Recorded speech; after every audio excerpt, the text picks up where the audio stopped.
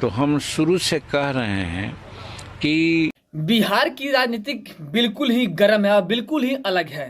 पूरे भारत में बिहार की राजनीति का ही चर्चा होता है, क्योंकि बिहार का रंग ही ऐसा है, खेल ही ऐसा है। यानी बिहार की जो पॉलिटिक्स है ना, पूरे भारत में सबसे गंदा पॉलिटिक्स कहीं का है तो बिहार का है।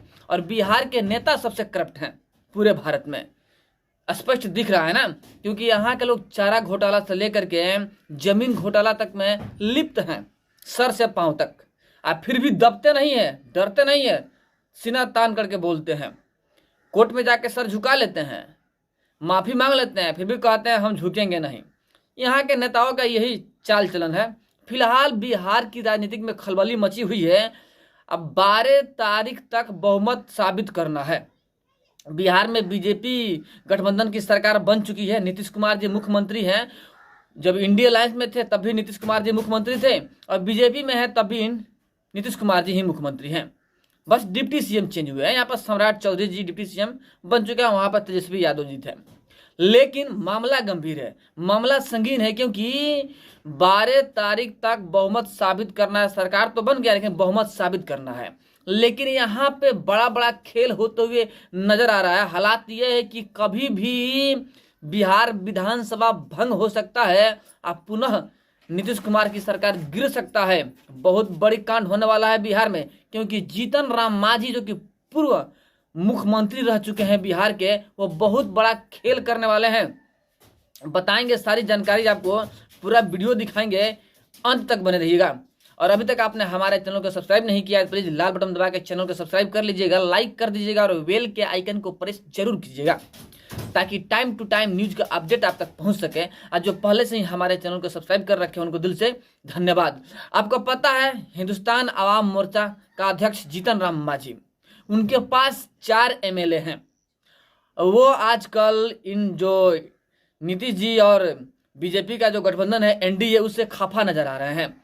उनका कहना है कि निर्दलीय जो विधायक हैं उनको मंत्री बनाया जा रहा है, तो हमारे पास एक मंत्रिमंडल क्यों, हमें कम से कम 2 मंत्रिमंडल चाहिए। यानी कहीं ना कहीं खफा नजर आ रहे हैं एनडीए से। और एक भाषण को संबोधित करते हुए, एक सभा को संबोधित करते हुए उन्होंने एक भाषण दिया। उस भाषण में स्पष्ट तौर पे, खुले तौर पे उन्होंने अपना जो इच्छा है जताया है, और जो मनमुटाव है वो भी जताया है बीजेपी के प्रति। यानी एनडीए गठबंधन से जो उनको मनमुटाव हो रहा है, जो तकलीफ है, वो बयां करने के काम किए हैं मांझी जी। अब स्पष्ट बात यह है कि मांझी जी की इस बयान से खलबली मची हुई है। पहले आप आइए जीतन राम मांझी का यह स्टेटमेंट सुनिए, सुनिए क्या बोल रहे हैं जीतन राम मांझी जी, गौर से सुनिए। तो हम शुरू से कह रहे हैं कि निर्दलीय एक विधायक हैं, उनको आप एक मंत्रालय देते रहे हैं, सुनते रहिए। आज भी दिया। और हम 5 विधायक हैं, 4 एमएलए और 1 एमएलसी, तो हमको कम से कम 2 मंत्री जरूर आपने चाहिए। सुना जीतन राम मांझी को, जो कि स्पष्ट तौर पे अपनी राय देते हुए नजर आ रहे हैं, यह भी कहते हुए नजर आ रहे हैं। एक बार बोले भी थे कि हमको आरजेडी के तरफ से बड़ा ऑफर मिल रहा है, जिसमें मुख्यमंत्री का दावेदार हमको रखा जा रहा है, लेकिन हम ठुकरा रहे हैं। लेकिन यहाँ पे हमारे साथ में जायती हुआ है और हमें एक ही मंत्रिमंडल मिला है, हमें 2 मंत्रिमंडल चाहिए कम से कम। वो अपने बात पे अड़े हुए हैं। दूसरी तरफ जो नीतीश कुमार जी के जो पूर्व अध्यक्ष थे ललन सिंह, वो पार्टी से अलग हो चुके हैं, और उनके संपर्क में 10-12 एमएलए हैं जो बड़ा खेल कर सकते हैं ललन सिंह जी आरजेडी के साथ में मिल करके।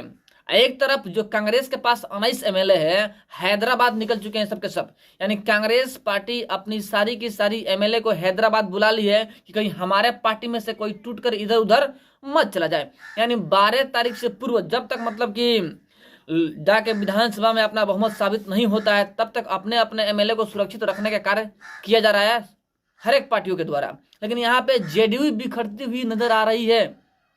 अगर जेडीयू टूट गया, अगर जेडीयू में से 10-12 एमएलए ललन सिंह के साथ में चले गए और आरजेडी में मिल गए, और साथ में हम हिंदुस्तान आवाम मोर्चा वाले जो जीतन राम मांझी जी हैं, और उनके पास 4 एमएलए हैं, वो भी जाकर मिल गए वहाँ पे, मुख्यमंत्री का प्रपोजल जो मिला है तेजस्वी यादव की तरफ से, उसको एक्सेप्ट कर लेते हैं। अगर जाके मिल जाते हैं तो फिर बिहार में एक बार और खेल हो जाएगा।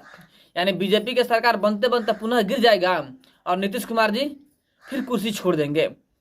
लेकिन हमें नहीं लग रहा है कि ऐसा कुछ होने वाला है।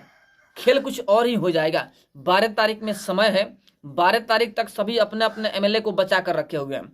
12 तारीख के बीच में कुछ भी हो सकता है। लेकिन एक बात तो तय है कि अगर सरकार नहीं बना किसी का, यहाँ पर विधानसभा भंग होगा और बिहार में राष्ट्रपति शासन लागू होगा। लेकिन नीतीश बाबू चाहते हैं कि लोकसभा के साथ में विधानसभा का चुनाव हो जाए और जो विधानसभा है वो भंग हो जाए। लेकिन बीजेपी कतई नहीं चाहती है।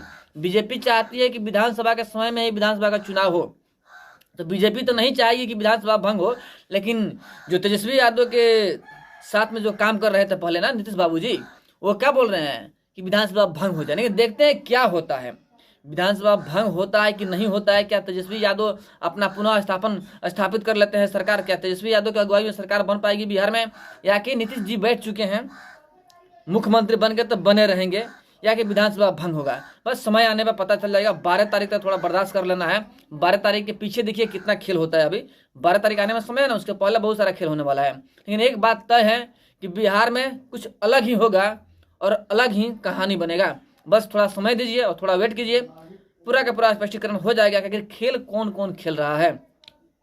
लेकिन जीतन राम मांझी फिलहाल खेल करने वाले हैं। अगर खेल कर दिए तो नीतीश कुमार जी, नीतीश बाबू फेल और मांझी जी कर दिए खेल।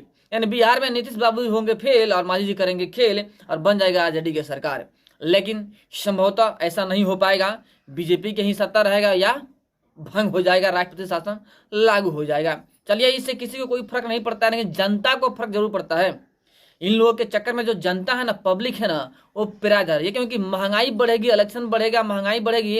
अब कहीं ना कहीं सब पे चपट तो आम जनता के ऊपर ना पड़ेगा भाई। आम जनता को ही हरजाना भरना पड़ता है इन नेताओं के चक्कर में। ये नेता तो अपने कुर्सी के लिए रंग बदलते रहते हैं ग्रीड की तरह, कभी इधर कभी उधर, कभी इस कुर्सी में कभी उस कुर्सी में, जैसे भी कुर्सी मिल जाए यही सोचते रहते हैं। लेकिन जो आम पब्लिक है उसके बारे में नहीं सोचते हैं, जिसकी वजह से आम पब्लिक महंगाई की मार झेलने लगती है। और वही हो रहा है, लगता है वही होते रहेगा।